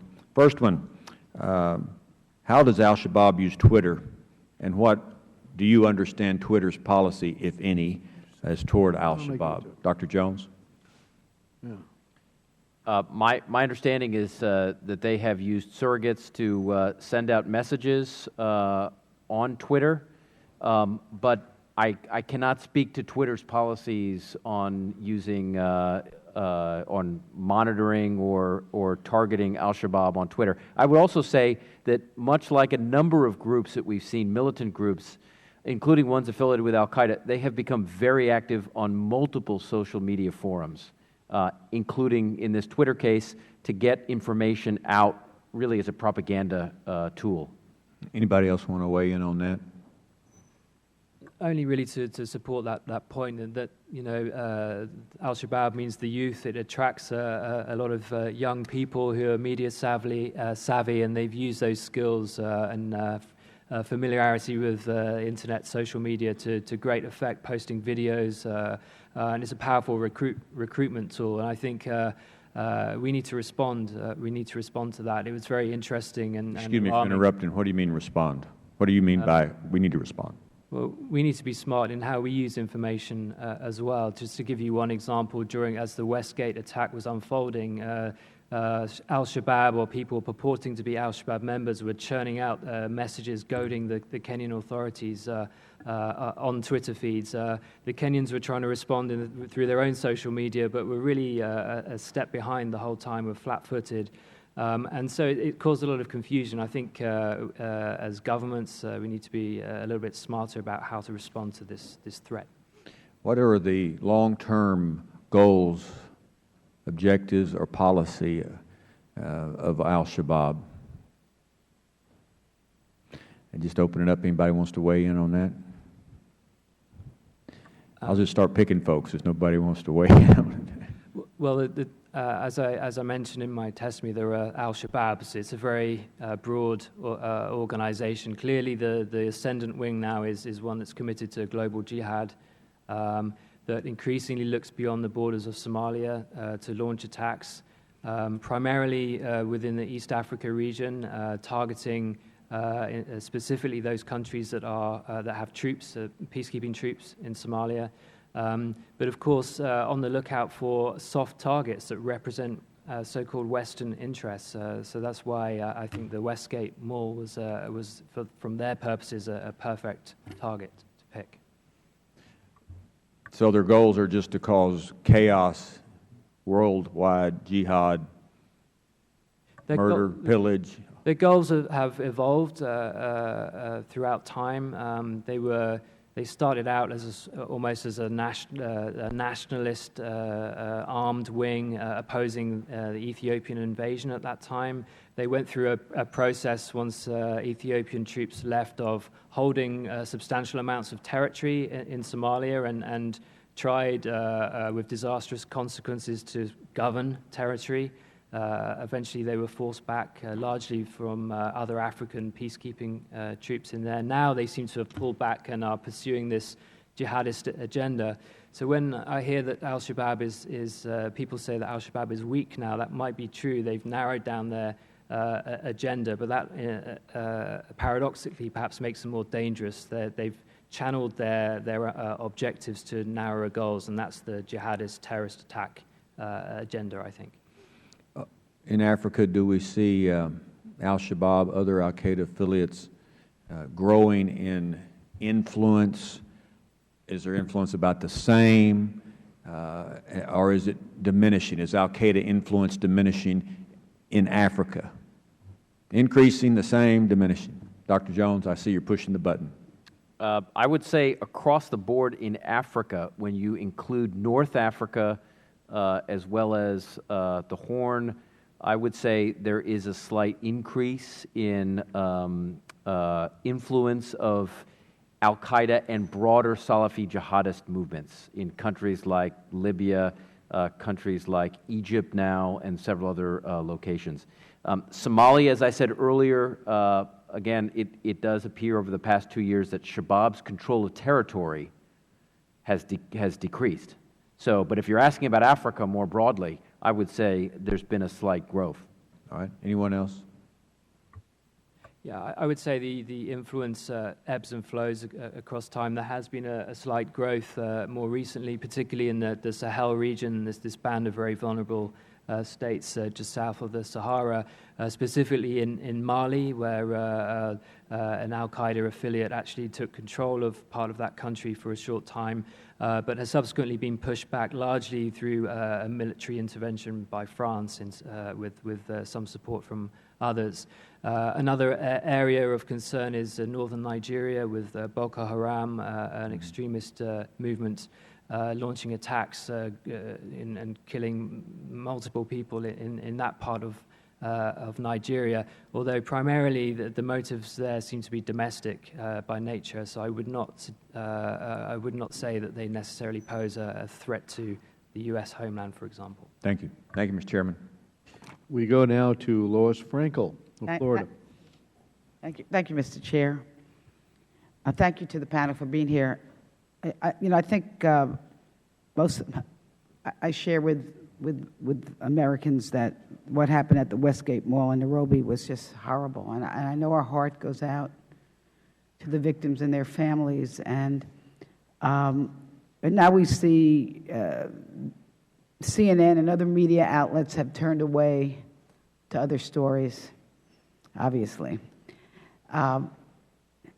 What I'd like to ask you to do, and this I'm just going to ask a very, very basic question, which is if you could lay out in as clear a manner as possible why the public, Americans should be concerned about what happened, what is the potential threat from Al-Shabaab, not only in the region but beyond the region here, that needs our attention, given what's happening internally in the United States.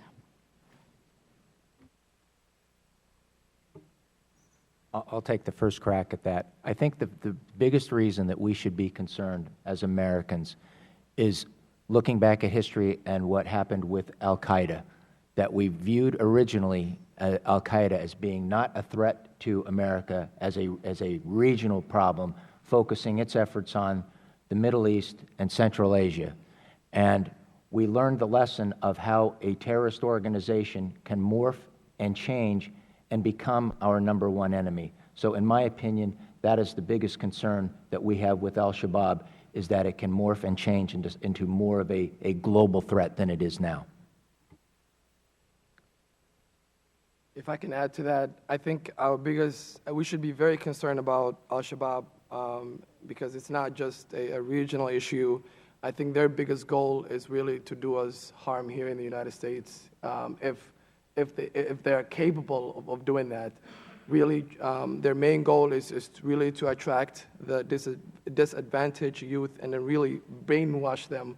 And then that's really where we need to come in and stop that before that happens. And so, and that's really should be our main concern is doing more work internally within the United States and treat Al-Shabaab as we're treating Al-Qaeda.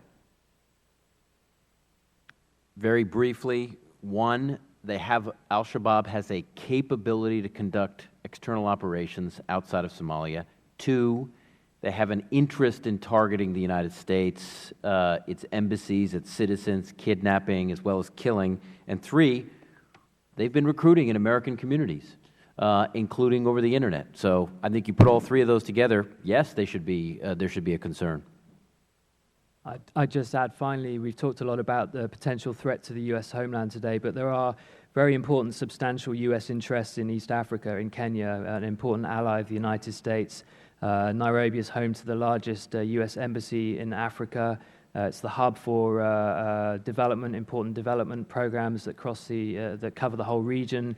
Many big U.S. firms have regional offices in Kenya. So irrespective of Al-Shabaab's capability to hit the U.S. homeland, they certainly have proven their ability to attack neighboring countries to Somalia, and that, by necessity, involves U.S. interests.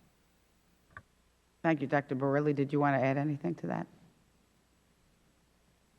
No, I think all my colleagues summed up the situation very accurately. Thank you very much, Mr. Chair. I waive my time. Thank you, Ms. Frankel. Very good question. We go now to Jeff Duncan of South Carolina. Well, thank you, Mr. Chairman. And let me just remind the folks that Al-Shabaab has been around for quite a while. They announced a merger in February 2012 with Al-Qaeda. So they're not just a franchise, they're actually part of the whole structure now. So in past hearings, Mr. Chairman, we've learned of various networks, some of them affiliated with Al-Shabaab, involved in smuggling Somalis in the United States through Mexico.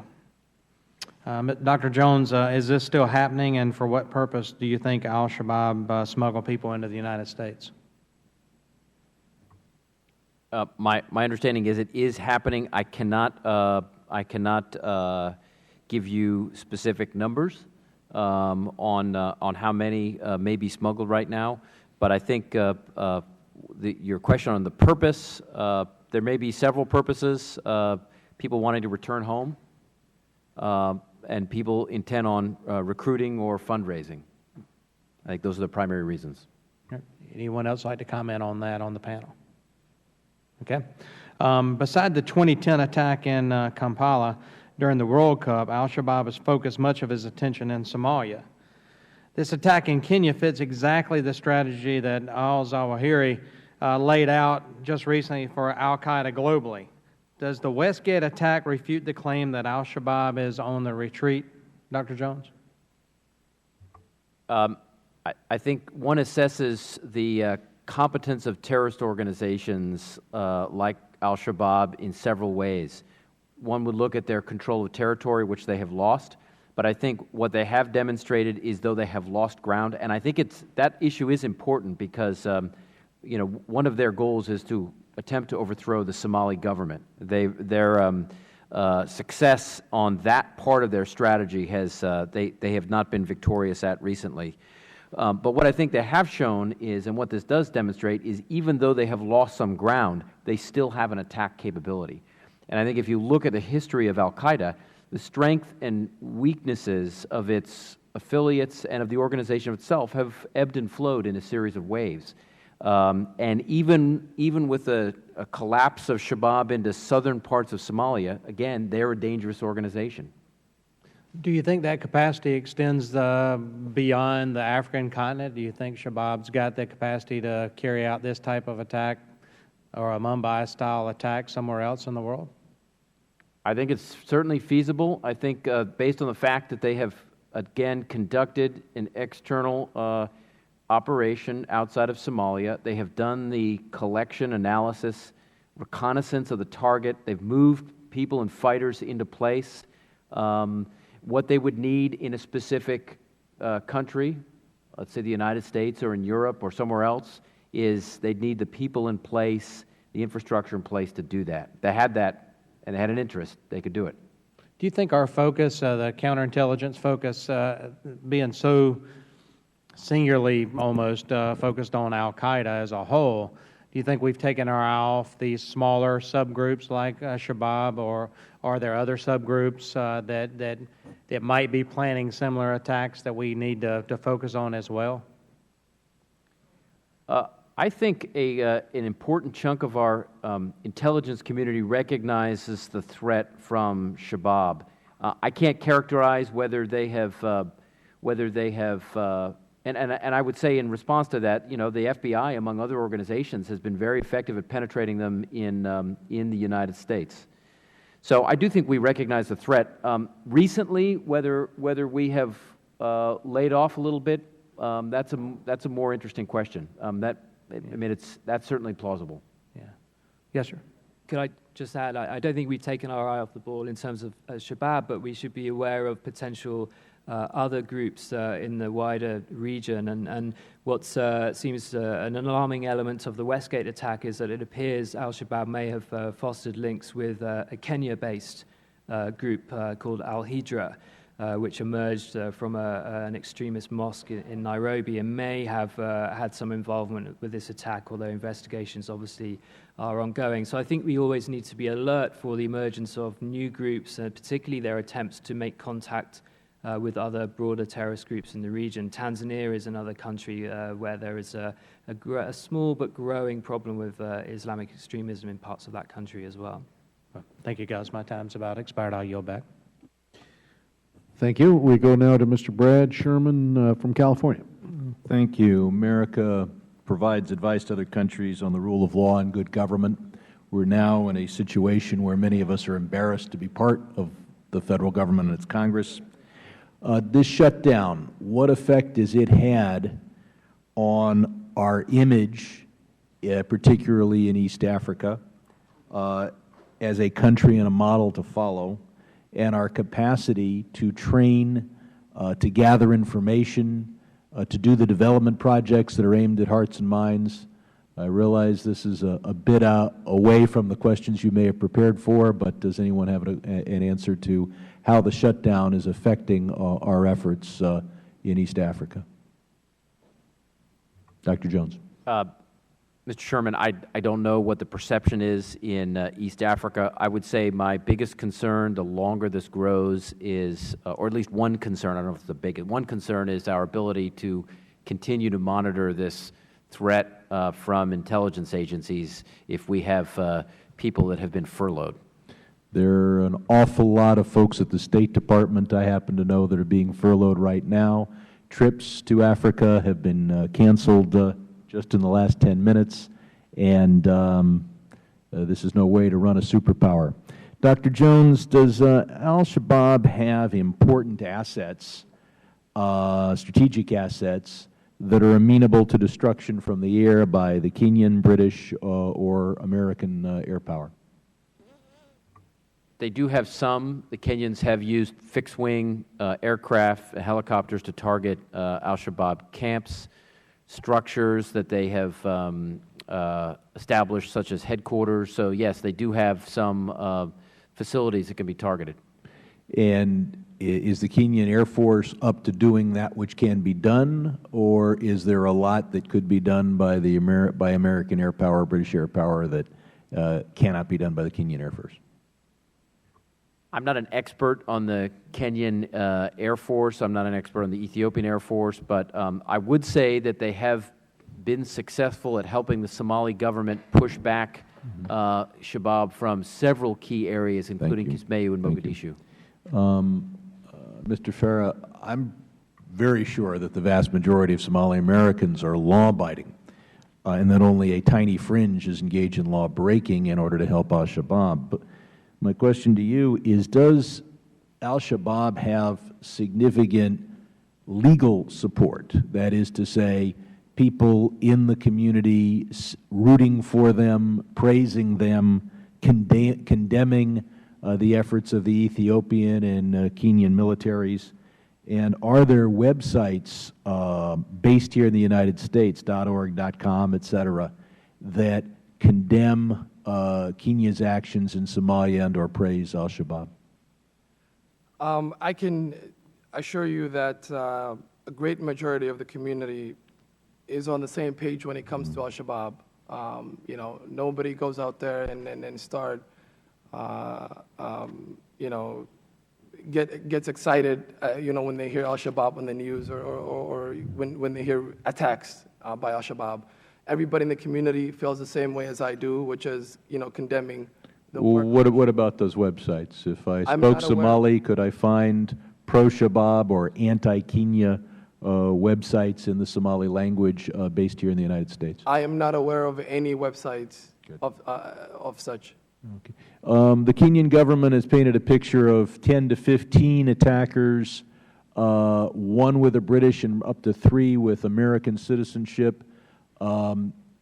What's your best estimate, and I'm to anyone on the panel, as to how many attackers there were and how many of them had passports either from the United States or a visa waiver country, which of course includes Britain? Mr. Downing. We honestly have very little to go on right now. The Kenyan authorities have been very slow in providing information about the attack. We still don't know some of the very basics. How many attackers, in what groups, how many escaped, were hostages taken? We have very, very little to go on other than now, it turns out, a fake Twitter account from Al-Shabaab, which gave a list of names of people, and we just have no ability to. And we don't think that's even Al-Shabaab? Well, Al-Shabaab have said this wasn't them. I mean, but not maybe. And finally, does Al-Shabaab have substantial support among Somalis who live in East Africa but outside the borders of Somalia? That is to say, Kenya, the Ogaden, and Egypt, Djibouti, et cetera. There are some sources of support from outside Somalia, particularly in Kenya, the main Somali district within Nairobi called Eastleigh.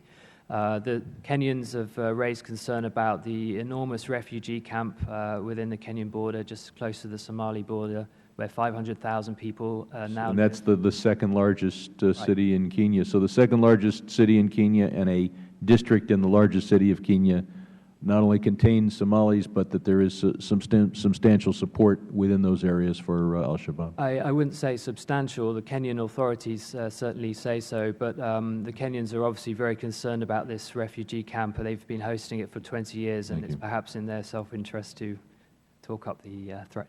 I yield back. Colonel Paul Cook of California.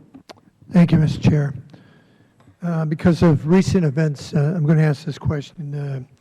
Any indication that they could have access to chemical weapons from any source? I'm not aware of any, Mr. Yeah, in your opinion, it would be a major game changer if they could develop something like that in terms of spreading terror in a place. I, quite frankly, expected something a long time ago, and nothing, no, from you. Nothing I'm aware of. Again, I would point to other groups where we've seen efforts, including Jabhat al-Nusra in Syria with a chemical program right now, including sarin, but not here. Well, that's what I'm worried about, sarin and some of the other things, and maybe some of their allies that might not have it now, but in the future get access to that in Syria, et cetera. The weapons that were used in the attack, primarily small arms, AK-47s, let's see, RPGs, any mortars or rockets, anything that could elevate it a stage, or no indication of that yet? There's no indication right now from what we've learned, and the information is still patchy. It was small arms and grenades and nothing. Okay. Do they have SA-7s, SA-9s, ASU 23/4s, anti-aircraft capability, limited ones at all, to the best of your knowledge? No. And it goes in back, but that other question was that. Okay. I know I'm throwing a lot of questions, but I usually don't get a chance to ask so many questions, so I'm going to make the most of it. It kind of looks like there's always a major event, obviously talking about the attack in conjunction with the World Cup and the big mall. Has anyone looked at Sochi? I know it's the Winter Games. If it was the Summer Games in that area, I don't think the Somalian or the Kenyan bobsled team is going to be a target, but you look at the proximity to North Ossetia and the Caucasus and connections with other terrorist groups. That's 5 minutes, or excuse me, 5 months, if my math is right, or 6 months coming up, and we haven't heard much about it. I'm sure the Russians are going to have top security, but have you looked at that in terms of, or heard of anything at all? I've certainly not heard anything. All I would say is that I think Al-Shabaab has a plethora of closer, easier targets to hit, and the Westgate Mall was evidence of that. Okay. I hope the Mall of America is not a target because of its location in Minnesota, but my question was, do they have a presence in Canada, which has different rules, and I'm talking about Al-Shabaab getting in and out of the country? Or have you noticed any? Nope. Okay. I always look at a map and try and, all right, my last question is there any presence of Al-Shabaab in Djibouti or Yemen in terms of arms dealing? I would say in answer to that there is and there has been a relationship between Al-Shabaab and Al-Qaeda in the Arabian Peninsula, AQAP, which is based in Yemen. They have conducted some training. They have conducted some shared tactics, techniques, and procedures. They are both Al-Qaeda affiliates. That is the biggest link in the Gulf area. Nothing in Qatar? Other than funding, I'm not aware. And they have gotten funding from Qatar? Well, they have gotten funding from the Gulf, from inside the Gulf. I can't give you definitive answers on from which Gulf countries, other than I think it's certainly possible. Okay, thank you. I yield back. Thank you, Mr. Cook, and we're pleased to recognize Dr. Yoho of Florida for his questions. Thank you, Madam Chair. Gentlemen, I appreciate you being here. Mr. Borrella, you said that the youth movement is politically motivated, not religious. Is there a way that you can separate that from the Muslim faith? I mean, aren't they kind of go hand in hand? They do go hand in hand, but in the conversations we had, the idea of this war against the West, this Islamic notion did not come up in our conversations. I mean, it was primarily couched in a way that the youth were concerned that there were foreign troops on the ground in Somalia, and they felt it was their duty to go back to Somalia to defend their homeland. It wasn't this like a crusade war of the West against Islam. Okay, thank you. And Dr. Jones, again, I agree with my colleague Jeff Duncan over here about the smuggling of the Somalis into the United States through Mexico, and you agreed that it did happen. And it doesn't take many people to come in here to wreak havoc in this country. You know, it's like a cake mix. They say one drop of kerosene can ruin the cake. And so that is an issue of ours where it's imperative that we secure the border. And would you agree with that for that reason there? Absolutely, sure. I mean, one of the things that came out of the bin Laden documents just in 2011 was an interest in getting somebody with a Mexican visa. So. Right, and you know, it's like a cancer that metastasizes and it doesn't take a lot. I want to direct these questions to you, Mr. Farr. Why do most of the Somalis immigrants come to America, or a lot of them, I'll say? A lot of them come to America for a lot of reasons. Obviously, Somalia is in a state, it was in a state of civil war back then. You know, education, job development, you know, the American dream. I mean, that's just a couple of options of why folks move. That's a wonderful thing, isn't it? It is a wonderful thing. Freedom? It is a wonderful. Freedom is a major I agree. Yep. Are the majority of the Somalis in America, are they practitioners of the Muslim faith? Yes. Okay. Do most Somalis adhere to the belief in the Sharia law or American law, or is it a combination? I mean, the majority of the Somali people across this nation go by the laws that we have here on our land. Okay. Let me ask you this. How well have the Somalis in Minnesota, which is my home state, I was born there, proud to be from there, How well have the Somali immigrants assimilated into America as far as culture, ideals, beliefs, and I think most importantly, loyalty to the United States of America? They're very loyal. Well, let me say this. The Somali community, especially in Minnesota, are very loyal to this great nation. In terms of the assimilation, to some extent, they have been assimilated to the greater society. However, we do need to do a lot more work. There's a lot more work ahead of us,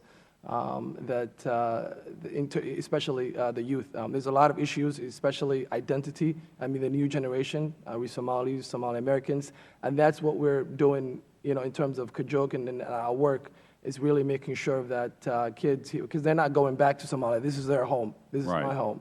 Well, I commend you for the work you're doing with Kajuk. Let me ask you this. What's the average age in the Minnesota region of the average Somali? I mean, is it 30, 25? The majority of the community is between 5 to 24. Okay. What is their graduation rate? The graduation rate is very low, and that's what I was talking about earlier. There's a lot of underlying issues, such as a lack of education, lack of jobs. Why is there a lack of education? Well, because if they're assimilating into our country. To some extent, we do need to do more work. I mean, there's a lot. In terms of if you look at the gender-wise, females are doing great work. I mean, they're graduating far more than their counterpart. In terms of the males, there's a lack of mentorship, and that's where we come in. The high school rate is very low when it comes to boys. And so that's where we need to do. All right, let me ask you something before I run out of time. What is the employment rate with the Somali male? It's based on the research that I was recently reading. Just within one of the main community in the Somali one of the main neighborhood, it was well over 17%. And that's way higher. That's the unemployment rate. That's the unemployment rate. That's way higher than the average of the state. I agree. Madam Chair, I'm out of time, but I have my questions that I'll submit. Thank you so much. Thank you, Dr. Yoho. And now we're pleased to recognize Mr. Weber for his questions. Thank you, Madam Chair. Mr. Jones, and you're Dr. Jones, no kin to Indy, I presume.